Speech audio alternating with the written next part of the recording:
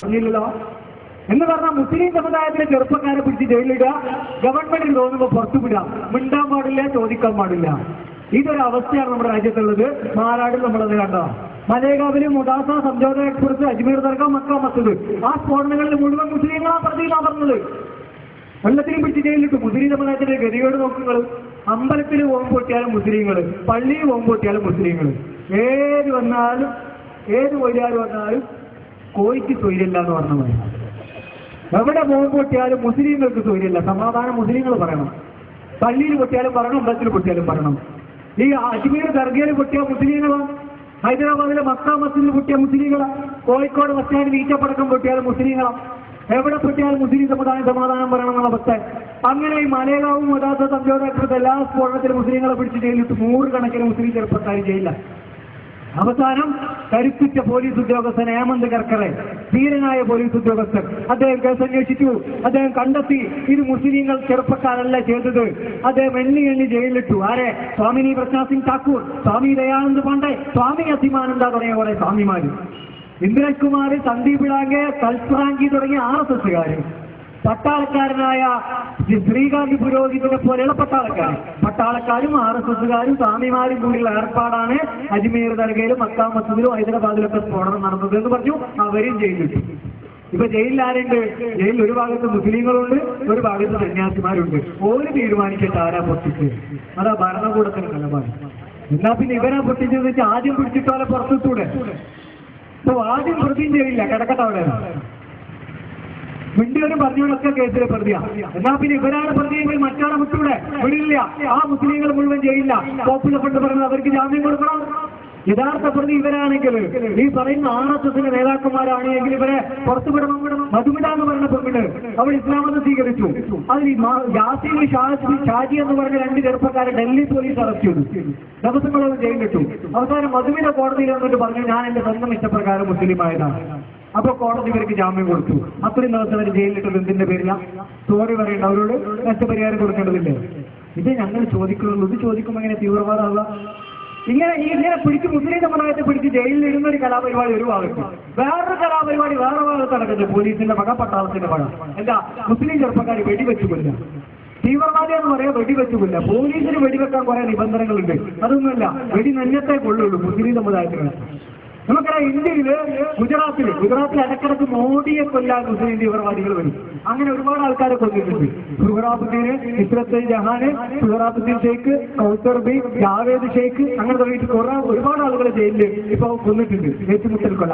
ആ കൊലപാതകത്തിന് നേതൃത്വം നൽകിയ വൻസാര എന്ന് പറയുന്ന മോഡിയുടെ ഭീകരവാദ വിഭാഗത്തിന്റെ തലവൻ ഇപ്പൊ ജയിലില്ല.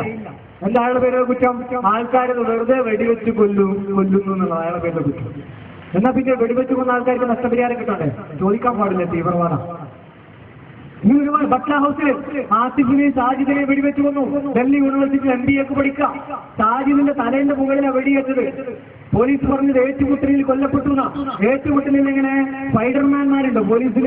ആകാശത്തിന് തലേന്റെ മുകളിൽ വെടിവെക്കാൻ. പത്രപ്രവർത്തകരും മനുഷ്യാവകാശ പ്രവർത്തകരും പറഞ്ഞത് സാജിദിനെ കുനിച്ചു നിർത്തി വെടിവെച്ചു കൊന്നതാണെന്ന്. അങ്ങനെ വെടിവെച്ചു കൊന്നു ബട്ട്ല ഹൗസിൽ. അതുപോലെ അൻവർ പ്ലാസയിൽ 2 മുസ്ലിം ചെറുപ്പക്കാരെ വെടിവെച്ചു കൊന്നു. അത് കണ്ട് ഡോക്ടർ ഹരികൃഷ്ണ പറഞ്ഞത് മയക്കുമരുന്നടിച്ചിട്ട് നിലത്ത് പോലും നിൽക്കാൻ പറ്റാത്ത രീതിയിൽ വരികയായിരുന്നു 2 ചെറുപ്പക്കാർ. അവരെ ആ പോലീസ് വെടിവെച്ചത് ഭീകരവാദികൾ. നേരത്തെ പറഞ്ഞ പാർലമെന്റ് ആക്രമണത്തിന്റെ പേരിൽ 5 എണ്ണത്തിന് വെടിവെച്ചു വന്നത്. 5 എണ്ണത്തിന്. എന്നിട്ട് പറഞ്ഞു ഭീകരവാദികൾ നടക്കാൻ പറ്റില്ലായിരുന്നു അവർക്ക് വരുമ്പോന്ന മാധ്യമ പ്രവർത്തകർ പറഞ്ഞത്. പൂനെ ജർമ്മൻ ബേക്കറി കേസിലെ പ്രതിയായിട്ട് കസീം സിദ്ദീഖി ജയിലിലിട്ടു. അദ്ദേഹത്തെ ജയിലിലിട്ട് കൊന്നു കളഞ്ഞു. ആരാ കൊന്നതെന്ന് ഇതുവരെ തെളിയിക്കപ്പെട്ടിട്ടില്ല. മുഹമ്മദ് ആമിർ എന്ന് പറയുന്ന ചെറുപ്പക്കാരൻ 14 കൊല്ലമായിരുന്നു ഡൽഹി ജയിലിൽ കഴിഞ്ഞത്. 14 കൊല്ലം. അബ്ദുൽ നാസിർ മദനി 13 കൊല്ലമായിട്ടുള്ളൂ. 14 കൊല്ലം കിടന്നിട്ട് അയാൾ ഒരു തെറ്റും ചെയ്തിട്ടില്ല എന്ന് പറഞ്ഞ് ജയിലിൽ മോചിപ്പിച്ചു. എന്നാൽ അതുപോലെ ഇത് കേരളത്തിൽ സംഭവിക്കണ്ടല്ലോ. കേരളത്തിലുണ്ടല്ലോ, നമ്മുടെ കണ്ണൂരിൽ നിന്ന് 4 മുസ്ലിം തീവ്രവാദികൾ കാശ്മീരിൽ പോയിട്ട് വെടിയേറ്റ് മരിച്ചിരുന്നു കുറച്ചു മുമ്പ്. അതിലും വലിയ തമാശ. കാശ്മീരിൽ പോയി വെടിയേറ്റ് മരിച്ചു. മയ്യത്തുണ്ടോ? ഇല്ല. പോസ്റ്റ്മോർട്ടം റിപ്പോർട്ട് ഉണ്ടോ? ഇല്ല. മരിച്ചു കിടക്കുന്ന ഫോട്ടോ ഉണ്ടോ? ഇല്ല. മുസ്ലിം സമുദായത്തിന്റെ രാഷ്ട്രീയ പ്രസ്ഥാനമായ മുസ്ലിം ലീഗിന്റെ യുവജന പ്രസ്ഥാനം, മുസ്ലിം യൂത്ത് ലീഗിന്റെ അന്നത്തെ അധ്യക്ഷൻ KM ഷാജി എന്ന് പറയുന്ന മനുഷ്യൻ പറഞ്ഞത്, ആ ഉമ്മ അവിടെ കൊല്ലപ്പെട്ട ആ ഫായിസ് എന്ന് പറയുന്ന ചെറുപ്പക്കാരന്റെ ഉമ്മ പറഞ്ഞു, എന്റെ മോൻ രാജ്യദ്രോഹിയാണെങ്കിൽ എനിക്കും എന്റെ മയ്യത്ത് കാണണ്ട. അപ്പൊ ഷാജി പറഞ്ഞത് കണ്ടില്ലേ, ആ ഉമ്മായ രാജ്യസ്നേഹം പഠിപ്പിച്ചത് പാണക്കാട്ടെ തങ്ങളാണ്. പാണക്കാട്ട് തറവാട്ടെന്ന് പഠിപ്പിച്ച രാജ്യസ്നേഹമാണത്. ഞങ്ങൾക്ക് വളരെ വിനയത്തോടെ പറയാനുള്ളത്, അങ്ങനത്തെ രാജ്യസ്നേഹം മേലാൽ ഒരു തറവാട്ടൊന്നും പഠിപ്പിക്കരുത് ദയവ് ചെയ്തിട്ട്. ആ ഒന്ന് പറഞ്ഞാൽ എന്റെ മകൻ രാജ്യദ്രോഹിയാണെങ്കിൽ എനിക്ക് എന്റെ മയ്യത്ത് കാണണ്ട. ആരുടെ കയ്യിലുണ്ട് തെളിവ് അയാൾ രാജ്യദ്രോഹിയാണെന്നുള്ളതിന്?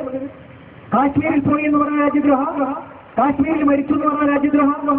അയാൾ കാശ്മീരിൽ പോയി എന്നുള്ളതിന് തെളിവുണ്ടാവും. അയാളുടെ മയ്യത്ത് എവിടെ? പോസ്റ്റ്മോർട്ടം റിപ്പോർട്ട് എവിടെ? അയാൾ മരിച്ചു കിടക്കുന്ന ഫോട്ടോ എവിടെ?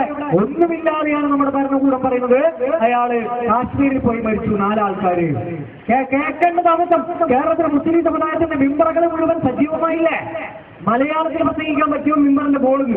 അറബി പ്രസംഗിക്കൊണ്ടെങ്കിൽ മിമ്പറിന്റെ താഴത്തുനിന്ന് ദേശം തീർക്കുക. അവരുടെ കണ്ടില്ല തീവ്രവാദികൾ കാശ്മീരിൽ മുസ്ലിം ചെറുപ്പക്കാരെ കൊണ്ടുപോയി കൊന്നില്ലേ? അതിന് വമ്പിച്ച പ്രസംഗം. ഞാൻ വെല്ലുവിളിക്കുന്നു, ഒരു തെളിവ് ഇവർ തീവ്രവാദിയാണെന്ന് തെളിയിക്കാൻ ഒരു തെളിവ് കേരളത്തിന്റെ ഭരണകൂടത്തിന്റെ കയ്യിലുണ്ടെങ്കിൽ പോപ്പുലർ ഫണ്ടിന് വേണ്ട, എടക്കാട് കോടതിയിൽ ഹാജരാക്കി കൊടുത്താൽ മതി. എടക്കാട് കോടതിയിലെ ജഡ്ജി മജിസ്ട്രേറ്റ് ആകെ ഇടങ്ങേറില്ല, ഇവർ മരിച്ചു എന്നുള്ളതിനൊരു തെളിവില്ല കോടതി മുമ്പാകെ. മരിച്ചു എന്നുള്ളതിനൊരു തെളിവും ഹാജരാക്കാൻ പോലീസിന് ഇവർ സാധിച്ചിട്ടില്ല, ഭരണകൂടത്തിന് സാധിച്ചിട്ടില്ല.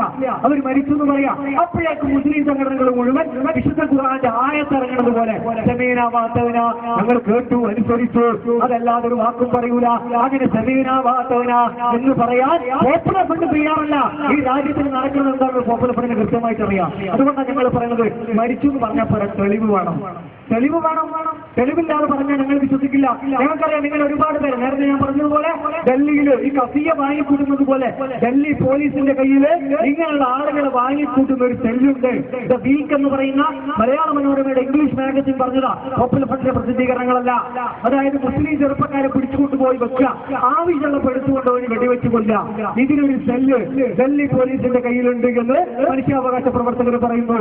അവിടെ കൊണ്ടുപോയി താമസിപ്പിച്ചിട്ടുണ്ടാവാം. അത് കേരളത്തിൽ സംഭവിച്ചത്. കേരളത്തിൽ മറ്റൊന്നും കൂടെ സംഭവിച്ചു.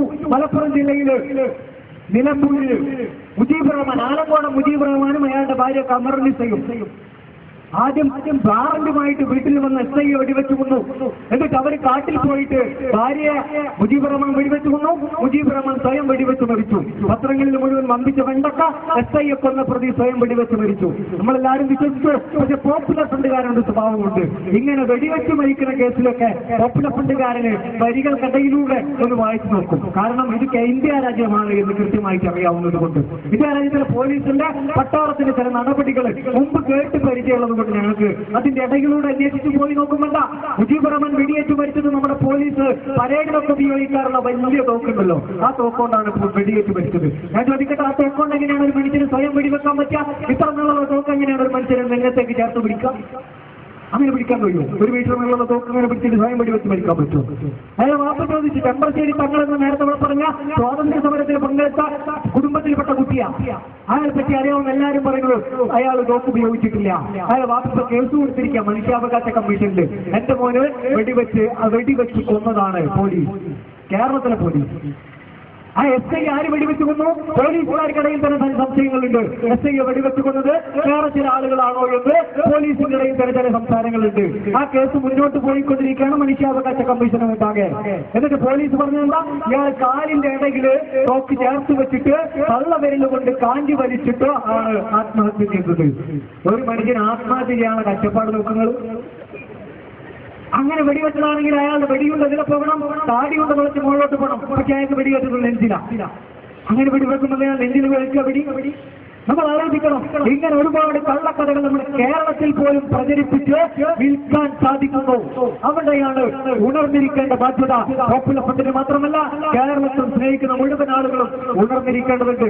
ഈ കലാപരിപാടി ഉണ്ടെങ്കിൽ കേരളത്തിൽ നടക്കുന്നത്. ഭീമാപ്പള്ളിയിൽ 6 എണ്ണത്തിനെ കൊന്നത്, 6 എണ്ണത്തിന് 5 എണ്ണത്തിന് വെടിവെച്ചു, 1 തോക്കുകൊണ്ട് അടിച്ചു കൊന്നു. എന്താ പോലീസ് പറഞ്ഞത്? പോലീസ് പറഞ്ഞത് 2 സമുദായങ്ങൾ തമ്മിൽ ഏറ്റുമുട്ടുമ്പോ ആ കലാപം ഒഴിവാക്കാൻ വെടിവെച്ചതാണ്. അപ്പൊ മരിച്ചത് ഒരു സമുദായത്തിൽ ആൾക്കാർ മാത്രം, മറ്റു സമുദായത്തിലെ ആൾക്കാർക്കോ ഒരു പരിക്കുമില്ല. അതെങ്ങനെ സംഭവിച്ചത്? അങ്ങനത്തെ മാജിക് ഉണ്ടോ പോലീസിന്റെ കയ്യിൽ? 2 കൂട്ടി തല്ലുകൂടുമ്പോ വെടിവെക്കാ പോലീസ് നെഞ്ഞത്തേക്കാ വെടിവെക്കുന്നത്. ലാത്തി ചാർജ് ഉണ്ടോ? ഇല്ല. കണ്ണീർവാടകളുണ്ടോ? ഇല്ല. മറ്റു പരിപാടികളുണ്ടോ? ഒന്നുമില്ല. ആകെ വെടി, അത് നെഞ്ഞത്തേക്കാ. 5 എണ്ണം മരിച്ചത് ഒറ്റ ദിവസം ഭീമാപ്പള്ളിയിൽ. ആ അന്വേഷണ കമ്മീഷൻ റിപ്പോർട്ട് കേരളത്തിൽ ഉമ്മൻചാണ്ടിയുടെ മേശപ്പുറത്തുണ്ട്. അതൊന്ന് തുറക്കണമെന്ന് പറയാനുള്ള ആർജവം മുസ്ലിം ലീഗിനില്ല. അതാ ഞങ്ങളുടെ സങ്കടം. അതൊന്ന് തുറന്നിട്ട് ആരാണ് വെടിവെക്കാൻ ഉത്തരവിട്ടത്, എവിടെയാണ് വെടിവെച്ചത്, എപ്പോഴാണ് വെടിവെച്ചത് എന്ന് കൃത്യമായി തെളിയിക്കപ്പെടുന്ന കമ്മീഷൻ റിപ്പോർട്ട് ഇന്ന് വരെ തുറന്നു പരിശോധിക്കാൻ കേരളത്തിലെ ഭരണകൂടം തയ്യാറായിട്ടില്ല. മുസ്ലിം ലീഗ് പോട്ടെ, മുസ്ലിം ലീഗ് ഭീമാപ്പള്ളിയിലെ ആൾക്കാർക്ക് വേണ്ടി കൊണ്ടുവരുന്നത് പോട്ടെ, മുസ്ലിം ലീഗിന്റെ ആൾക്കാർക്ക് വേണ്ടികളും കൊണ്ടുണ്ട്. കാസർഗോട്ട് മുസ്ലിം ലീഗിന്റെ പാലക്കാട് തങ്ങൾക്ക് സ്വീകരണം കൊടുക്കാൻ സംഘടിപ്പിച്ച യോഗത്തിലേക്ക് വന്ന അസ്കർ എന്ന് പറയുന്ന മുസ്ലിം യൂത്ത് ലീഗിന്റെ പ്രവർത്തകനെ രാംദാസ് പോത്തൻ എന്ന് പറയുന്ന SP ആണ് വെടിവെച്ചുകൊണ്ടത്. എന്നിട്ടോ മുസ്ലിം ലീഗ് അധികാരത്തിലാണ്. രാംദാസ് പോത്തൻ എന്ന് പറയുന്ന SP-ക്കെതിരെ എന്തെങ്കിലും ഒരു നടപടി അങ്ങനെ ഉണ്ടല്ലോ? തന്റെ പ്രവർത്തകരാണല്ലോ വെടിവെച്ചുകൊണ്ടത്. എന്തെങ്കിലും നടപടി ചെയ്തില്ല. എന്താ ചെയ്തത്? ലീഗ് രാംദാസ് പോത്തൻ എന്ന് പറയുന്ന SP-യെ വിളിച്ചുകൊണ്ടുപോയി കാസർകോട്ടെ മുസ്ലിം ലീഗിന്റെ നേതാവിന്റെ വീട്ടിൽ കോഴി ബിരിയാണി വെച്ചു കൊടുത്തു. വെടിവെച്ചു കൊല്ലുകയായിരുന്നു മുസ്ലിം ചെറുപ്പക്കാരൻ. എന്തിന്റെ പേരിൽ സംഘർഷം ഉണ്ടാകുമ്പോഴേക്ക് പോലീസ് വെടിവെക്കാൻ തുടങ്ങിയ നമ്മുടെ നാട്ടിൽ അവസ്ഥ ഉണ്ടാകും. അതല്ലല്ലോ രാജ്യത്തിലെ പോലീസ് ചെയ്യേണ്ടത്. ഏറ്റവും ചുരുങ്ങിയത് കോഴിക്കോട് SFIയുടെ സമരം നടക്കുമ്പോൾ പോലീസ് ഉദ്യോഗസ്ഥർ വെടിവെച്ചതുപോലെ വെച്ചാ പൊട്ടാത്ത വെടിവെക്കണ്ടേ? ഏറ്റവും ചുരുങ്ങിയത് അവിടെ മാത്രം പൊട്ടൂല വെടി. SFIക്ക് നേരെ ആവുമ്പോ വെടി പൊട്ടൂല. നേരെ വെച്ച് പോലീസ് വെടിവെക്കുന്ന ഫോട്ടോ നമ്മുടെ പത്രത്തിൽ കണ്ടു, ചാനലിൽ കണ്ടു. പക്ഷെ എവിടെ പോയി ആർക്കും മനസ്സിലാവുന്നില്ല. നേരെ വെച്ച് എവിടെ പോയി മനസ്സിലാവുന്നില്ല. പക്ഷെ ഭീമാപ്പള്ളിയിൽ നെഞ്ഞത്തുണ്ട, കാസർഗോട്ട് നെഞ്ഞത്തുണ്ട, അതുപോലെ എല്ലാ സ്ഥലങ്ങളിലും ഉണ്ട. മുസ്ലിം സമുദായമാവുമ്പോൾ നെഞ്ചത്ത്, ബാക്കിയുള്ളവരാവുമ്പോൾ പുറത്ത്. ഇത് പറയുന്നതിന് വേറെ തീവ്രവാദം, ഇത് പറയുന്നതിന് വേറെ ഭീകരവാദം. ഇത് സംഭവിച്ചതല്ലേ? അതുകൊണ്ടാണ് പോപ്പുലർ ഫണ്ട് മൂന്നാമതായിട്ട് പറയുന്നത് ഈ രാജ്യത്തിലെ നിയമവിരുദ്ധമായി തടവിൽ വെച്ച ആളുകൾക്ക് നഷ്ടപരിഹാരം കൊടുക്കണം. അവരെ നിയമവിരുദ്ധമായി തടവിൽ വെച്ച പോലീസ് ഉദ്യോഗസ്ഥന്മാരെ അല്ലെങ്കിൽ ഭരണകൂടത്തിൽ ഉത്തരവാദപ്പെട്ടവരെ ശിക്ഷിക്കാൻ നടപടികൾ ഭരണകൂടത്തിന്റെ ഭാഗത്തുണ്ടാവണം. അതുപോലെ നീതിയിൽ അധിഷ്ഠിതമായ ഒരു രാജ്യം ഇന്ത്യയിൽ കെട്ടിപ്പൊതിക്കണം. അതാണ് പോപ്പുലർ ഫണ്ട് ആവശ്യപ്പെടുന്നത്. അമിതമായ ഒന്നും പോപ്പുലർ ഫണ്ട് ചോദിക്കണില്ല. ഇന്ത്യയിലെ ഭരണകൂടം തരുന്ന നീതി അത് ഈ രാജ്യത്തിലെ മുഴുവൻ ആളുകൾക്ക്, മുസ്ലിങ്ങൾക്ക് മാത്രമല്ല മുഴുവൻ ആളുകൾക്ക് ലഭിക്കണം. അവിടെ വിവേചനം പാടില്ല. നീതി നടപ്പിലാക്കുന്ന കാര്യത്തിൽ ഒരു സമുദായത്തിന് വേറെ നീതി, മറ്റൊരു സമുദായത്തിന് വേറെ നീതി, അതിവിടെ പാടില്ല എന്ന് മാത്രമാണ് പോപ്പുലർ ഫണ്ട് പറയുന്നത്. ഇങ്ങനെ പറയുന്ന എല്ലാ ശബ്ദങ്ങളെയും നിശബ്ദമാക്കാൻ ഒരു പരിശ്രമം ഇവിടെ നടക്കുന്നുണ്ട്. ഇങ്ങനെ തിരകൾക്ക് വേണ്ടി കോടതിയിൽ ഹാജരായ ബാംഗ്ലൂരിലെ നൌഷാദ് കാസിമിയെ പോലീസ് വെടിവെച്ചു കൊന്നു. അജ്ഞാതർ വെടിവെച്ചു കൊന്നു. മുംബൈയിൽ ഇതുപോലെയുള്ള ഇരകൾക്ക് വേണ്ടി ഹാജരായ ഷാഹിദ് ആസ്മി എന്ന് പറയുന്ന അഭിഭാഷകനെ വെടിവെച്ചു കൊന്നു. ചില ബാർ അസോസിയേഷനുകളും ബാർ കൗൺസിലുകളും പ്രമേയം പാസാക്കുക. ഇങ്ങനെയുള്ള ആളുകൾക്ക് വേണ്ടി കോടതിയിൽ ഹാജരാകാൻ പാടില്ല വക്കീൽമാർ. ഈ രാജ്യത്തിൽ നിയമം ഈ രാജ്യത്തിലെ ഏറ്റവും വലിയ കൊടിയ ക്രിമിനൽ കോടതിയിൽ വന്നിട്ട് കേസിന് വരുമ്പോ ജഡ്ജി മജിസ്ട്രേറ്റ് ചോദിക്കും, കേസ് നടത്താൻ വക്കീലുണ്ടോ? വക്കീലില്ല. വക്കീലിനെ വെക്കുന്നുണ്ടോ?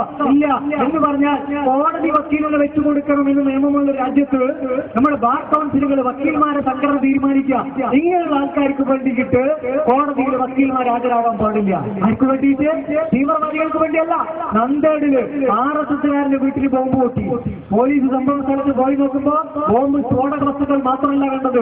അവിടെ നിന്ന് കിട്ടുന്നത് മുസ്ലിങ്ങൾ വെക്കുന്ന പോലുള്ള താടി, വെപ്പ് താടി, പൈജാമ, ജുബ്ബ, കുർത്ത, അതുപോലെ മുസ്ലിങ്ങൾ വെക്കുന്ന തരത്തിലുള്ള തൊപ്പി, ഇത് മുഴുവൻ അവിടെ നിന്ന് കിട്ടുക. എന്നിട്ട് പോലീസ് തീരുമാനത്തിലെത്തി മുസ്ലിങ്ങളുടെ വേഷം ധരിച്ച് ബോംബ് വെക്കാനുള്ള പരിശ്രമത്തിനിടെയാണ് ഈ ബോംബ് പൊട്ടി RSSകാർ കൊല ചെയ്യപ്പെട്ടത്. അതിലെ പ്രതി വിലൻ എന്ന് പറയുന്ന ഒരു RSSകാരൻ ബാർ അസോസിയേഷന്റെ നന്ദേട് ബാർ അസോസിയേഷന്റെ പ്രസിഡന്റാണ്. അയാൾക്ക് വേണ്ടി ഹാജരാകരുത് എന്ന് ഒരു ബാർ അസോസിയേഷനും തീരുമാനിച്ചില്ല. ഏറ്റവും ചുരുങ്ങിയത് അയാൾ ബാർ അസോസിയേഷൻ സെക്രട്ടറി സ്ഥാനത്ത് നിന്ന് മാറ്റുക എന്നുള്ളത് പോലും നന്ദേടിലെ ബാർ അസോസിയേഷൻ ചെയ്തില്ല. അങ്ങനത്തെ ബാർ അസോസിയേഷനുകളാണ് തീരുമാനിക്കുന്നത് മുസ്ലിങ്ങൾക്ക് വേണ്ടി ഹാജരാകാൻ പാടില്ല. അവിടെയാണ് ഞങ്ങൾ പറയുന്നത് ഇവിടെ നീതിക്ക് വേണ്ടി ശബ്ദിക്കുന്നവരെ പോലും നിശബ്ദമാക്കാനുള്ള ശ്രമം നടന്നുകൊണ്ടിരിക്കുന്നു. ഹേമന്ത് കർക്കറ എന്ന കൈവിട്ട പോലീസ് ഉദ്യോഗസ്ഥൻ, അദ്ദേഹത്തിന്റെ കൂടെ അശോക് കാപ്തെ, വിജയ് ശരസ്കർ എന്ന കൈവിട്ട ധീരരായ പോലീസ് ഉദ്യോഗസ്ഥന്മാരെ വെടിവെച്ചു കൊന്നു മുംബൈയിൽ നമ്മൾ കണ്ടതാണ്. ഹേമന്ത് കർക്കറയെ വെടിവെച്ചു കൊന്നത്, അശോക് ശരസ്കറെ വെടിവെച്ചു കൊന്നത്, വിജയ് കാപ്തെയെ വെടിവെച്ചു കൊന്നത് ആരാണ് എന്നുള്ള അന്വേഷണം നടക്കേണ്ടതുണ്ട്. മുംബൈ എന്ന് പറയുന്ന ഇന്ത്യയുടെ വാണിജ്യ തലസ്ഥാനം 2 ദിവസം നിശബ്ദമായി പോയി, നിശ്ചലമായി പോയി. ഈ രാജ്യത്തിന്റെ സുരക്ഷാ സംവിധാനങ്ങളിലെ മുഴുവൻ ജനങ്ങൾക്ക് വിശ്വാസം നഷ്ടപ്പെടുന്ന അവസ്ഥ. രാജ്യം പോലും പകച്ചുപോയ ഒരു ഭീകരാക്രമണമാണ് മുംബൈയിൽ നടന്നത്.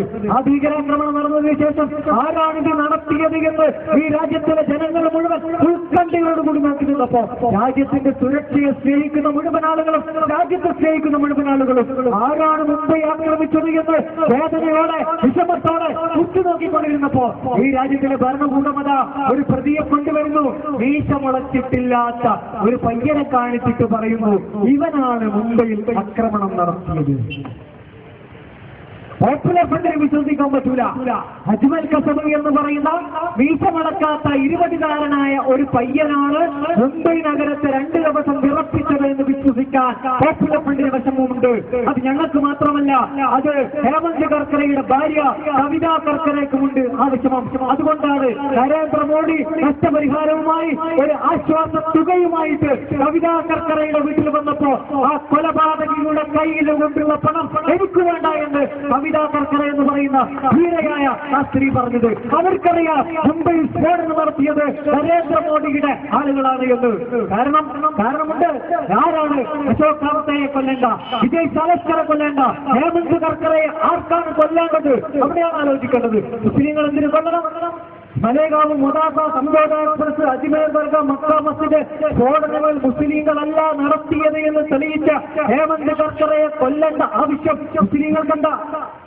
അത് മുഴുവൻ നടത്തിയത് RSS ആണ് എന്ന് RSSന്റെ കേന്ദ്രീയ കാര്യകാരി മണ്ഡലിലെ ഇന്ദ്രേഷ് കുമാറിന്റെ നേതൃത്വത്തിലാണ് ആ സ്ഫോടനങ്ങൾ നടന്നത് എന്ന് തെളിയിക്കാനിരുന്ന ധീരനായ പോലീസ് ഉദ്യോഗസ്ഥൻ ഹേമന്ത് കർക്കറയെ കൊന്നുകളയേണ്ട ആവശ്യം RSSന് മാത്രമാണ് എന്ന് പറഞ്ഞാൽ ധീരരായ പോലീസ് ഉദ്യോഗസ്ഥന്മാരെ നിശബ്ദമാക്കാൻ നമ്മുടെ നാട്ടിലുണ്ടല്ലോ. ധീരരായ പോലീസ് ഉദ്യോഗസ്ഥന്മാരെ നിശബ്ദരാക്കാൻ പലരും വഴിയെടുക്കുന്നുണ്ട്. ആ രീതിയിൽ അക്രമങ്ങൾ നമ്മുടെ നാടുകളിൽ നടന്നുകൊണ്ടിരിക്കുന്നു. ഇങ്ങനെ നീതിക്ക് വേണ്ടി ശബ്ദിക്കുന്നവരെ, വിനായക് സെന്നിനെ പോലെയുള്ള ആളുകളെ. ഇത് പോപ്പുലർ ഫ്രണ്ടാണ് അതിലെ ഏറ്റവും അവസാനത്തെ ഇര.